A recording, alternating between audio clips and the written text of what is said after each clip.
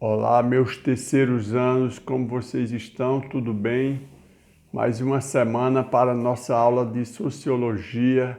É um prazer estar com vocês nessa semana do dia 10 de setembro de 2020. Estamos trabalhando aí nosso conteúdo, né? Estratificação e desigualdades sociais. Vimos a leitura das interpretações, né? Vocês fizeram as atividades, foram muito relevantes. Agradeço a todos, né? Apresentaram a pirâmide, né? Da, da divisão social por, né, rendas, né? Muito bom aquela questão. E vamos dar continuidade ao nosso conteúdo, certo? Vamos falar sobre a forma de estratificação, certo? Eu peço a vocês aí, acompanhem pelo livro didático, que é uma grande ferramenta para a gente fazer nossas aulas remotas, certo? Motivar a tentar sempre estar empenhado para nós nos prepararmos para concursos vestibulares e Enem, certo? Irei iniciar com a leitura para concluir aquela outra parte que ficou, certo? A última aula, e vamos lá fazendo essa interpretação, certo? Aqui, formas de estratificação, certo?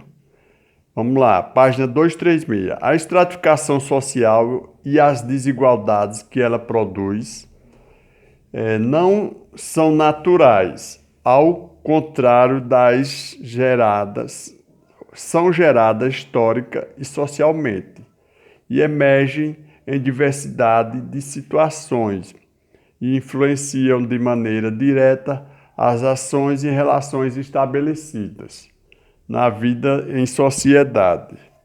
Há inúmeros modelos de estratificação no mundo, mas analisaremos três: as castas, os estamentos e as classes. Em Trade apresenta nuances, subdivisões e, por suas vezes, camadas constitutivas, que representam elementos políticos, econômicos e culturais, determinantes para o curso da vida cotidiana da coletividade.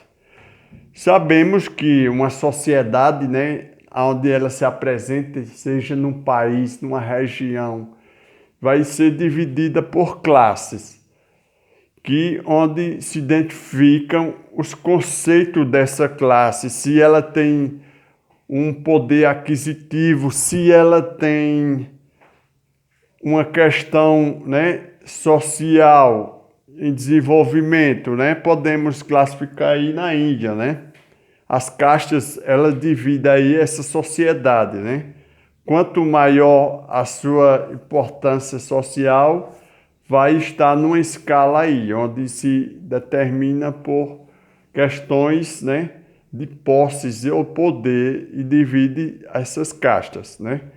Quem está no topo da pirâmide sempre vai estar mais associado ao domínio da população, né? Aquela, como nós vimos aí na aula anterior, né? Os brahmanes, certo? Tem vários tipos de classe determinando essa questão da classe na Índia, né? Se nós trabalharmos um conceito aqui no Brasil, seríamos a questão social também, usando aquele conceito piramidal, né? Quem estaria no topo, né, dessa pirâmide? Geralmente, pessoas de maior influência, de poder aquisitivo, né? Segunda parte, pessoas que têm um cargo com maior elevação salarial. Em terceiro, aqueles intermediários que entram um valor a outro valor mais abaixo.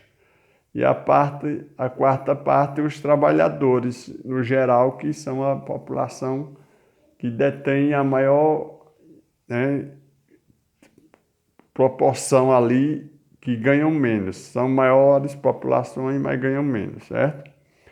Vamos mais adiante aqui. Castas, um sistema de estratificação muito antigo. Oficialmente conhecido até há poucas décadas, o sistema de castas regulou a vida de centenas de milhões de pessoas na Índia, apesar de ter existido também em outros locais do mundo, como no Japão, em lugar nenhum esse sistema consolidou-se tão fortemente como naqueles países, né? Porque esse país ele tem uma cultura, né, que ele já determina ali até pela crença, pelos costumes, né, determina quem deve ascender à sociedade e quem vai ficar ali como sendo servos da sociedade, certo? Muito bem, vamos mais adiante aqui, vamos trabalhar aqui nessa nova questão aqui, certo? O sistema de castas da Índia, apesar de abolido juridicamente na década de 1950, continua a ser um referencial cultural e político para a sociedade indiana, o que amplia as situações de desigualdade social do país. Na imagem, mulheres de castas baixas protestam por mulheres melhores condições de vida próximo ao parlamento em Nova Delhi em 2013. Quer dizer que o quê? Essas mulheres, né?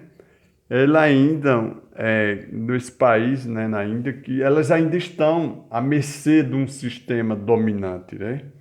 Que nem sempre consegue, né, que todos ascendam, seja por questões de gênero, ou por questão social, econômica. É um fato muito recente ainda, mas ainda é presente nessa sociedade, né?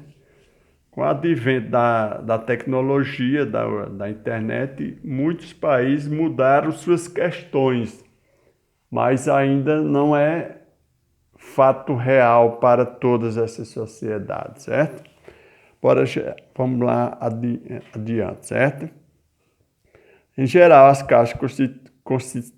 as castas constituem uma comunidade fechada e de compartilhamento de caracteres sociais hereditárias, como a cooperação profissional, o poder político e econômico, apesar de não estarem restritos a uma área definida.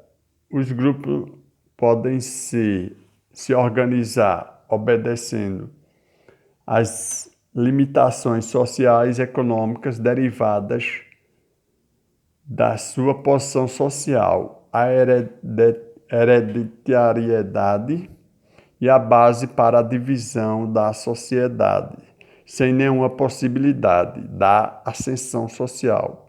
Aqueles que pertencem a castas inferiores não podem manter contatos sociais com os grupos superiores. Normalmente, a estratificação é conhecida pelo sobrenome, mas em algumas regiões pode-se perceber a casta é o indivíduo por meio do dialeto falado, pelos alimentos que consome, pelos vestimentos, acessórios que usa, né? Nessa questão, quer dizer que até a aparência do indivíduo, né, ela é avaliada aí na questão da divisão social, né? Se eu tenho mais posse, com certeza eu vou ter mais condições de comprar alimentos, comprar melhores roupas, me vestir melhor. Tudo isso é levado em conta dentro desse conceito social, certo? Isso na Índia e dentro do hinduísmo, né? O hinduísmo é uma religião que também ela valoriza esse conceito aí, né? Que nem todos ascendem socialmente, né? Apesar que essas questões filosóficas, né, posso dizer assim, ela está se modificando muito no mundo com o meio da tecnologia, né?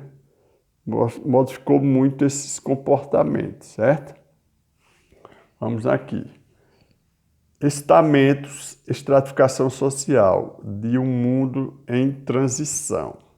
Durante a cerca de 10 séculos, aproximadamente do século V ao século XV, a Europa Ocidental viveu um período conhecido como Idade Média, organizada em um torno da vida rural. Essa época caracterizou-se pela intensa influência da cultura cristã, representada pela Igreja Católica Romana, que ditava as normas de conduta e de convivência para as populações europeias, certo? Esse conceito, né, que sabemos que na Idade Média foi um tempo de escuridão, né, como a população era dominada pelos senhores feudais, né, que detinham o poder e todo o regimento social, né? Até os camponeses que tinham suas próprias terras eram obrigados a dividir sua produção, né, com os senhores feudais. E essa divisão nem sempre era igualitária, né? Por quê? Vamos dizer que ele produzia 100%, eles tinham que devolver 80% para os senhores feudais, certo? E com isso a classe pobre, trabalhadora e escravizada sempre estaria pobre, devendo ou escravizada, né? Porque ele tinha que pagar esse processo, né, de devolver ao sistema, né? Isso aí passou durante 1000 anos, né? E depois veio o Renascimento, que melhorou as condições, né, da sociedade da Europa, veio o Iluminismo, até chegar até o modernismo, certo? Muito bem, até entendermos os dias de hoje que estamos já no pós-modernismo, certo? No tempo tecnológico. Muito bem, pessoal. Eu espero que tenhamos absorvido aí essa leitura, que vocês tenham compreendido. Qualquer dúvida, vamos tirando nas nossas redes sociais ou nas nossas aulas online, fazendo nosso debate, nossas discussões, certo?